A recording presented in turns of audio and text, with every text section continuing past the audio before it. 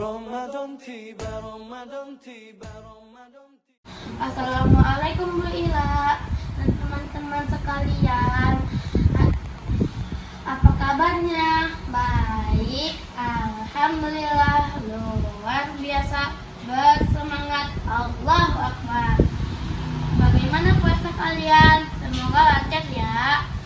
Di hari ke-6 berpuasa ini, Kinza akan menceritakan kisah seseorang berpenyakit campak yang miskin dari negeri Yaman.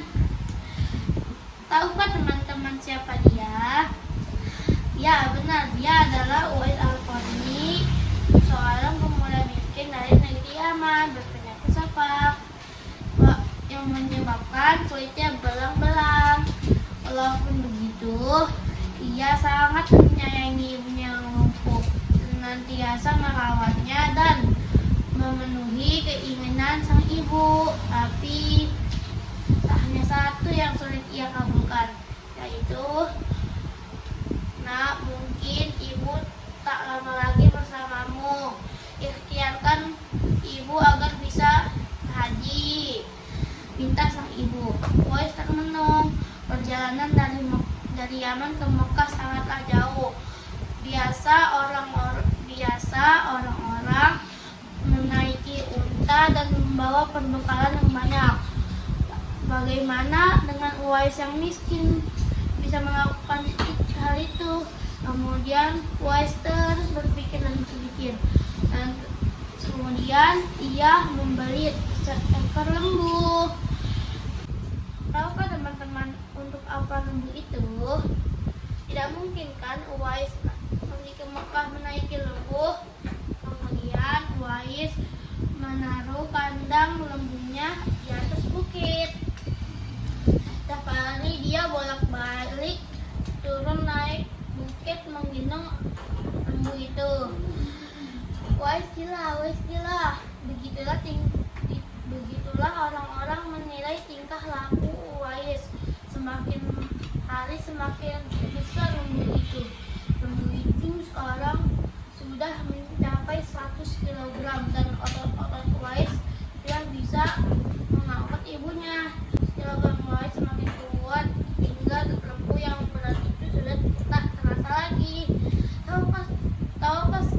Tahukah sekarang orang-orang apa yang dilakukan Uwais setiap hari? Ya benar teman-teman, ia melakukan hal itu untuk melatih ia menggendong ibunya. Sampai tiba musim haji, Uwais menggendong ibunya dari Yaman ke Mekah, menempuh perjalanan jauh. Sesampainya di Mekah, Uwais masih menggendong ibunya untuk bertawaf. Ibu Uwais sampai menangis melihat Baitullah. Kemudian orang tua dan anak itu berdoa, "Ya Allah, ampunilah dosa-dosa ibuku," minta Uwais. "Bagaimana dengan dosamu, Nak?" tanya sang ibu. "Cukuplah dosa ibu terampun. Dengan dosa ibu terampun, ibu akan masuk surga. Cukuplah ridho ibu yang membawaku ke surga." Itulah keinginan Uwais yang tulus cinta kepada ibunya. Subhanallah ya teman-teman. Kemudian ketika itu Allah memberi rahmat kepada Uwais, dan seketika itu Uwais sembuh dari penyakit campaknya. Tinggal satu di telapak tangannya. Nah teman-teman, tahu tidak untuk apa Allah meninggalkan tanda tersebut? Itulah tanda untuk Sayyidina Umar bin Khattab dan Sayyidina Ali bin Abi Thalib mengenal Uwais Al-Qarni. Karena Rasulullah pernah bersabda, nanti di zaman kamu akan lahir seorang yang doanya sangat makbul. Ia akan datang dari arah Yaman, dan mintalah berdoa dan istighfar. Kemudian Khalifah Umar bin Khattab dan Ali bin Abi Thalib mencarinya di sekitar Ka'bah dan akhirnya berjumpa. Tapi Uwais tidak memberitahu namanya.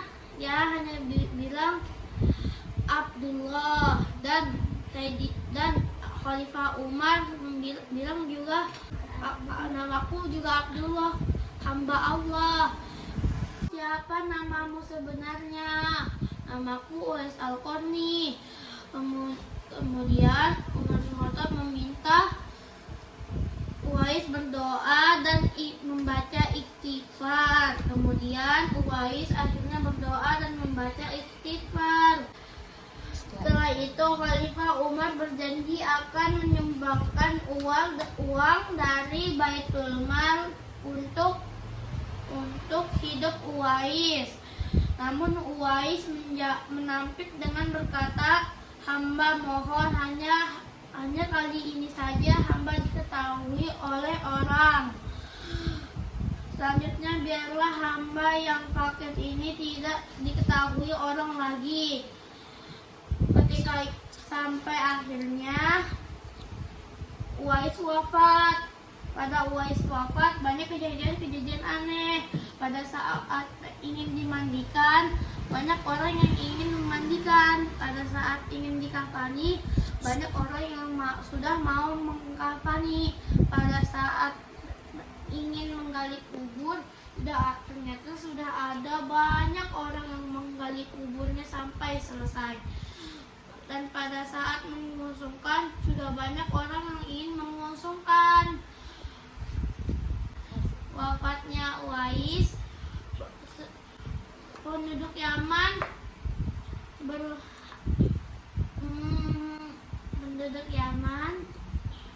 gempar. Siapa orang-orang itu yang asing, padahal Uwais hanyalah seorang pemuda miskin. Begitulah ya, penduduk Yaman mengira itu adalah malaikat yang turun dari langit ke bumi. Begitulah penduduk Yaman tahu siapa Uwais Al-Qarni yang tidak terkenal di dunia tapi terkenal di langit. Kenapa bisa begitu? Karena Uwais Al-Qarni sangat mencintai ibunya yang lumpuh tersebut. Sebagaimana Rasulullah pernah menjawab ketika ditanya bagaimana peranan orang tua, mereka yang menentukan surgamu dan nerakamu. Hadis Ibnu Majah. Sesungguhnya Allah mengharamkan atas kamu durhaka pada ibu dan menolak kewajibanmu dan membunuh anak hidup-hidup, dan Allah membenci padamu yang banyak bicara dan banyak bertanya. Demikian pula memboroskan harta, menghamburkan kekayaan. Hadis Bukhari dan Muslim. Nah, begitulah teman-teman kisah tentang seorang pemuda bernama Uwais Al-Qarni. Di akhir hayatnya pun malaikat turun untuk mengurus jenazahnya. Setelah mendengar kisah tersebut, apa yang kita bisa petik dari kisah Uwais tersebut, teman-teman? Hendaknya kita berbakti kepada kedua orang tua kita dan berbuat baik kepada mereka, karena mereka lah yang sudah mengurus kita dari kecil sampai sebesar ini.